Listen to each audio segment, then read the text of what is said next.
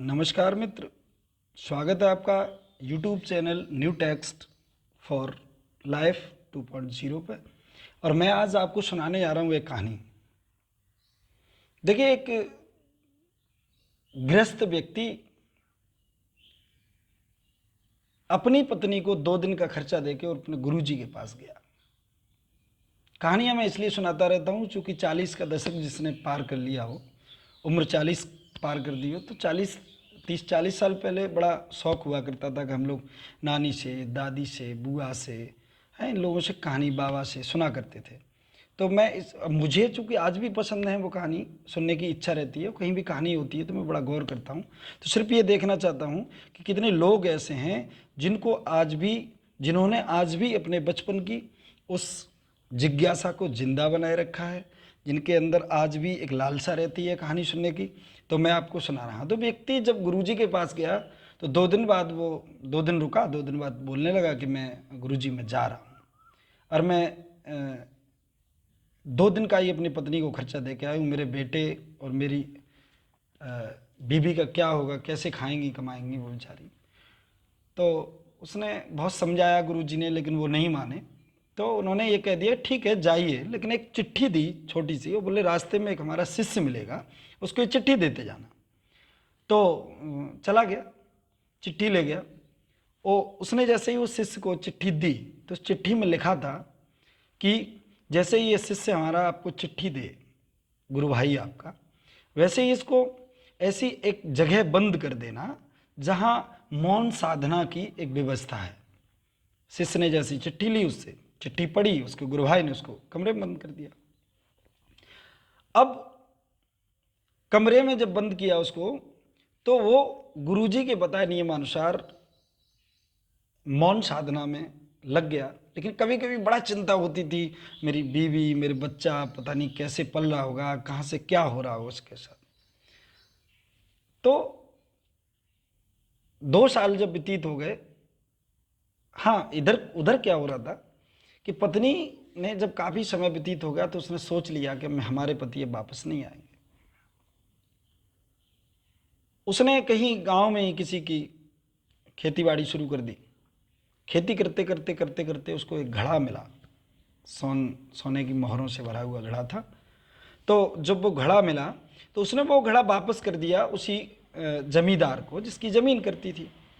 तो जमींदार ने खुश होकर उसको एक मकान बनवाया बढ़िया सा, और मकान बनवाने के बाद उसको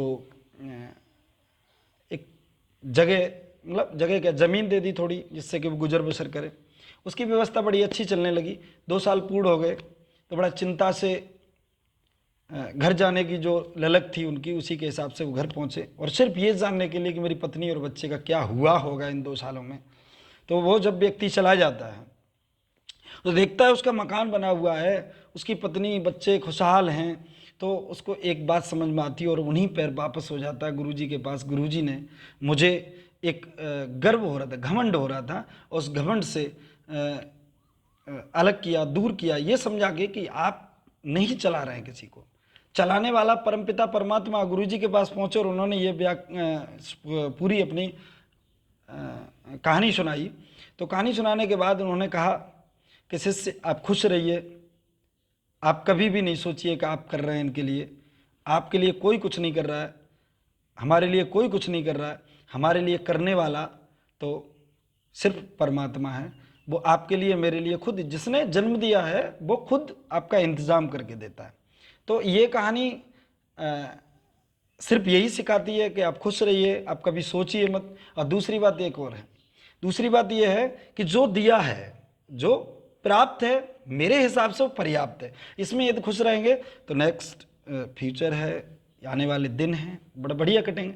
अब देखिए, एक बात आती है छोटी सी कि प्रभु श्री राम को भी ये कहानी मुझे जो मित्र सुनाते रहे हैं या जिन बुजुर्ग अजीज़ों के माध्यम से मुझे मिलती रही हैं, तो उनको मैं बहुत बहुत धन्यवाद दूंगा। वो मैं आप तक शेयर करता रहता हूँ। मेरे चैनल को एक बार सब्सक्राइब कर दें, ये तो पसंद आती है। वैसे तो कुछ लोग ऐसे होंगे, कहानी सुनते होंगे, मित्र रहे हों, हमारे मिलने वाले हों, पड़ोसी और कोई भी, फोटो आते ही अरे बकवास होगी, छोड़ो, कोई नहीं। जिनको पसंद आए वो लोग सब्सक्राइब करें। और हाँ, एक घंटी आएगी, बेल आइकॉन, एक घंटी का बटन आता है, उसको जरूर दबा दें ताकि मेरी आने वाली कहानी यदि आपको पसंद आ रही हो तो पसंद आएंगी। तो प्रभु श्री राम जब रावण की लंका पे मतलब चढ़ाई करने जा रहे थे, तो वहाँ उन्होंने ये देखा कि सेतुबंध रामेश्वरम का निर्माण हो रहा था।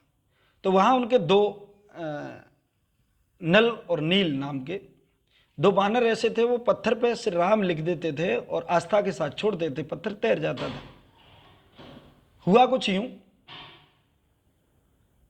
कि जैसे ही श्री राम के नजर इस कला पे पड़ी, उन्होंने देखा कि नलनील मेरी शक्ति से और अपनी भक्ति से इस पर राम लिख के पत्थर को तैरा देते, भला ये काम मैं भी कर सकता हूं।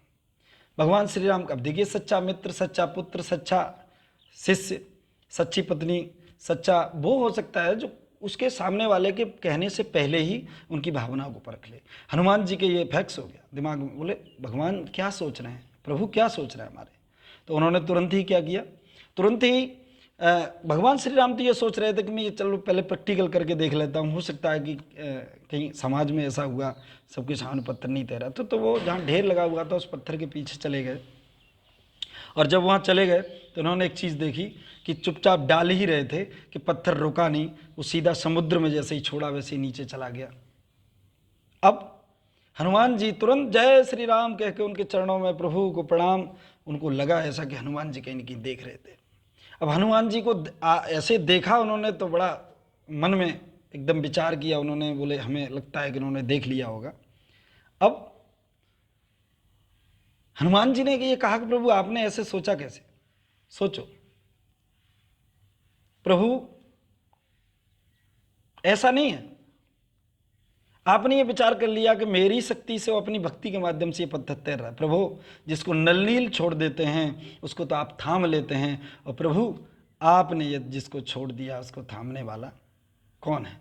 मेरी कहानी से यदि आप संतुष्ट हों, पसंद आई हो तो सब्सक्राइब करें और लाइक जरूर दे दें। एक ये लाइक जैसी हो, आपको लगती हो कि हाँ आपको आपने लाइक की है, इसको पसंद की है, आपके दिल और दिमाग ने की है, तो एक बार लाइक कर दें और शेयर वाला बटन दबाएं, बड़ी कृपा होगी। और सब्सक्राइब जरूर करें, घंटी दबा दिया करें ताकि आने वाली कहानी। धन्यवाद, नमस्कार।